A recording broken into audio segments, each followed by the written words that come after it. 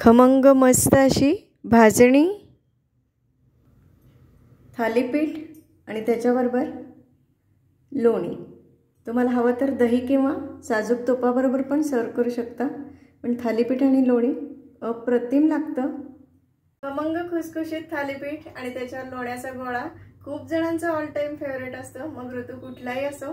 नमस्कार, मी Jyoti Patwardhan, welcome to Jyoti Patwardhan channel. आज आपण करणार आहोत थालीपीठाची भाजणी आणि हीच भाजणी वापरून थालीपीठ सुद्धा आपण करणार आहोत। पौष्टिक, प्रोटीनयुक्त, फायबरयुक्त असं हे थालीपीठ डब्यासाठी किंवा नाश्त्यासाठी खूप उपयुक्त असा पदार्थ आहे, पण यासाठी भाजणी सुद्धा तेवढीच खमंग हवी ना। चला तर मग रेसिपीला सुरुवात करूया। थालीपीठाची भाजणी करण्यासाठी इथे मी बाजरी घेतली आहे, ज्वारी, गहू, तांदूळ, हरभऱ्याची डाळ, उडीद डाळ, जिरे आणि धने। बस एवढं साहित्य हवं आहे आपल्याला। आता हे सगळं धान्य मी किती घेतले ते बघूया। इथं मी 4 वाट्या बाजरी घेतली आहे। नेहमीच्या आमटीच्या वाटीच्या मापाने 4 वाट्या, म्हणजे साधारण अर्धा किलो बाजरी आहे ही।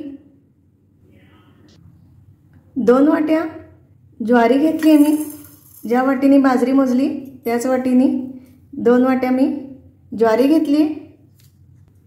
त्याच वाटीने 1 वाटी उडीद डाळ, त्याच वाटीच्या मापाने 1 वाटी चणा डाळ म्हणजे हरभऱ्याची डाळ, अर्धी वाटी गहू घेतले, अर्धी वाटी तांदूळ, अर्धी वाटी धने घेतले। चमच्याने म्हणलं तर 6 टीस्पून घेतले, 6 चमचे धने आणि पाव वाटी जिरं घेतले। चमच्याच्या मापाने मोजले तर 3 चमचे होत आहेत, 3 टीस्पून जिरं घेतलेलं आहे। म्हणजे आपण 4 वाट्या बाजरी घेतली, बाजरीच्या निम्म 2 वाट्या ज्वारी, ज्वारीच्या निम्मी म्हणजे 1 वाटी उडीद डाळ आणि 1 वाटी हरभऱ्याची डाळ, आणि या दोन्हीच्या निम्म अर्धी वाटी गहू आणि अर्धी वाटी तांदूळ, आणि मसाल्यांमध्ये अर्धी वाटी धने आणि साधारण पाव वाटी जिरे, म्हणजे एकूण आपण 8 जिन्नस घेतलेले आहेत। आता यातलं कुठलंही धान्य धुवायचं नाही आहे, आपण फक्त हे एखाद्या कोरड्या अशा कापडाने, सुती कपड्याने पुसून घ्यायचं, म्हणजे जर त्याला काही पावडर किंवा केमिकल वगैरे असेल ते निघून जाईल, कारण आपण हे धुणार नाही आहे, हे असंच वापरायचं आहे पुसून घेऊन। आता ही सगळी धान्य मी अशी पुसून घेणार आहे। आता मी गॅसवर एक अशी जाड कढई तापत ठेवलेली आहे। आता ही सगळी धान्य एक एक करून आपल्याला भाजून घ्यायचे। ती किती भाजायची ते पण आपण बघणार आहोत। सुरुवातीला मी यात बाजरी घालते। गॅसची फ्लेम लो टू मीडियम ठेवायची, खूप हाय फ्लेमवर भाजायचं नाही।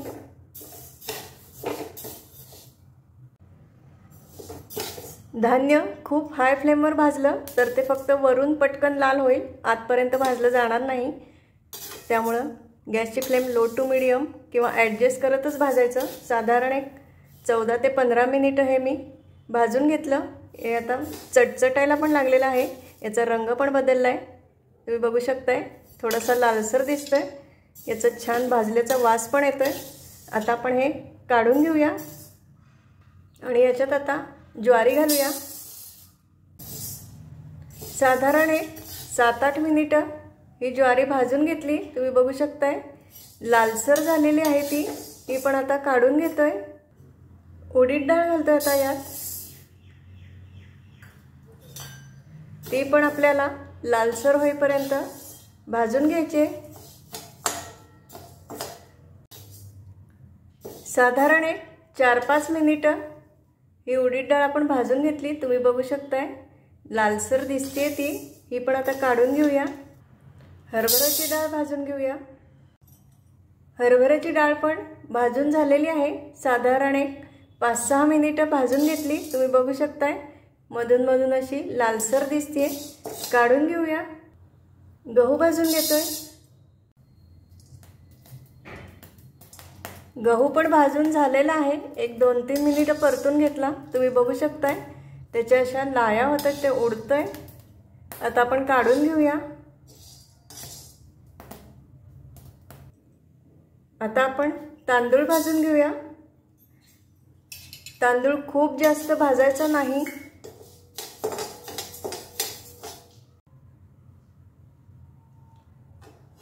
दोन मिनिट हा तांदूळ परतून घेतला. तो फुलल्यासारखा पण दिसतोय. त्याचा फार रंग बदलत बसायचा नाही. तो आता काढून घेतोय. आता आपण धने भाजूया. 2 मिनिटं हे धने भाजून घेतले. हे लालसर पण दिसतंय. काढून घेऊया. याचा छान वास येतोय धने भाजल्याचा. जिरं भाजून घेतोय. जिरं पण आपण 1 मिनिट लो फ्लेमवर भाजून घेतलं. याचा हलकासा रंग बदललेला आहे. काढून घेतोय. आता ही सगळी धान्य भाजून झालेली आहेत. धान्य भाजल्याचा खूप मस्त असा वास येतोय, धान्य आणि मसाले भाजल्याचा. आता हे आपल्याला अगदी पूर्ण गार करून घ्यायचंय आणि मग गिरणीतून किंवा घरघंटीतून दळून आणायचं.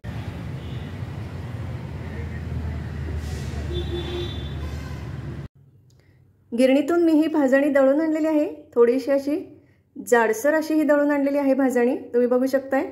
खूप मस्त अशी झाली आहे. डबा उघडल्या छान मस्त असा वास येतो याचा.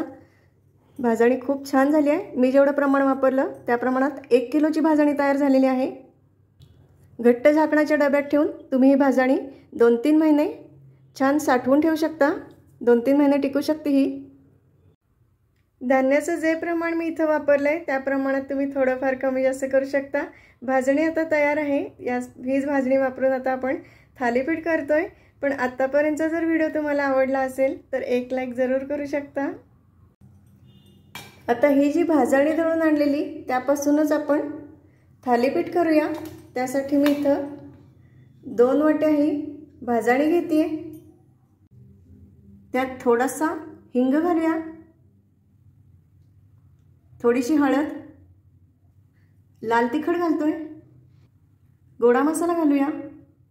गोडा मसालाची लिंक मी डिस्क्रिप्शन बॉक्समध्ये देते आहे. याचा व्हिडिओ तुम्ही बघू शकता. माझ्या चॅनलवर आहे तो. गोडा मसाल्यानंतर आपण हे तीळ घालतोय. साधारण 2 चमचे तीळ आहेत हे. पाव चमचा ओवा घेतलाय.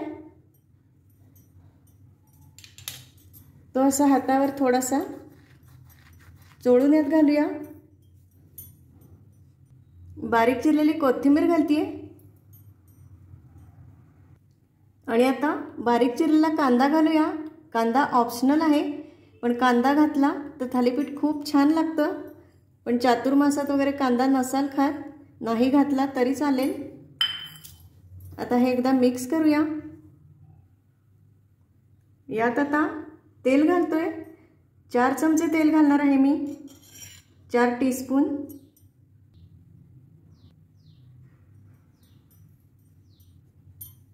आता हे परत एकदा थोडंसं मिक्स करून घेऊया.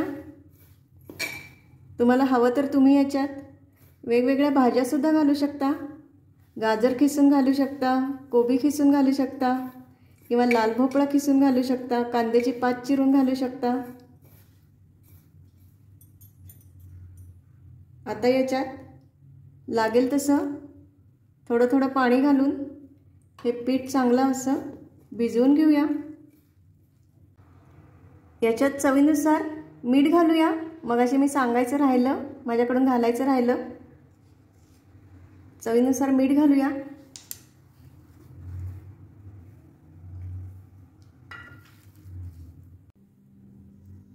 खूप जास्त घट्ट नाही आणि खूप सैल नाही असा हा गोळा आता भिजवून झालेला आहे. साधारण पाऊण वाटी पाणी लागलेलं आहे, पाऊण ते 1 वाटी. आता लगेचच आपण याचं थालीपीठ थापून घेऊया. इथं मी एक तवा घेतलेला आहे. आता हे जे आपण मिश्रण केलेलं त्याचे मी असे 3 गोळे करून घेतलेले आहेत. तुम्हाला जेवढं लहान मोठं थालीपीठ करायचं असेल त्यानुसार तुम्ही पीठ वापरू शकता. तव्यावर मी 1 चमचाभर असं तेल लावून घेते आणि यातला 1 गोळा घेऊन तो असा व्यवस्थित थापून घेऊया. थालीपीठ अगदी व्यवस्थित थापून झालेलं आहे। आता याला अशी 4-5 अशी भोकं पाडून घ्यायची। त्यात असं थोडं थोडं तेल सोडून घेऊया आणि आता हा तवा आपण गॅसवर ठेवणार आहोत। आता हे थालीपीठ भाजण्यासाठी गॅसवर ठेवलंय। याच्यावर झाकण ठेवूया। गॅसची फ्लेम मीडियम ठेवलेली आहे। साधारण एक 3-4 मिनिटांनंतर आपण याचं झाकण काढून घेऊया। हे अजून थोडंसं एका बाजूने भाजून होतंय, एका बाजूने अजून नीट भाजून घेऊया। ते थोडंसं याच्यावर आपण तेल सोडूया। आता याचं एका बाजूने भाजून झालेलं आहे। असं थोडंसं बघून घ्यायचं झालंय ना, आणि मग आपण आता हे पलटून घेऊया। आता दुसऱ्या बाजूने याला अगदी 1 मिनिट मी भाजून घेणार आहे, खूप जास्त नाही। दुसऱ्या बाजूने हे 1 मिनिट झालेलं आहे आणि आता आपण हे थालीपीठ काढून घेतोय।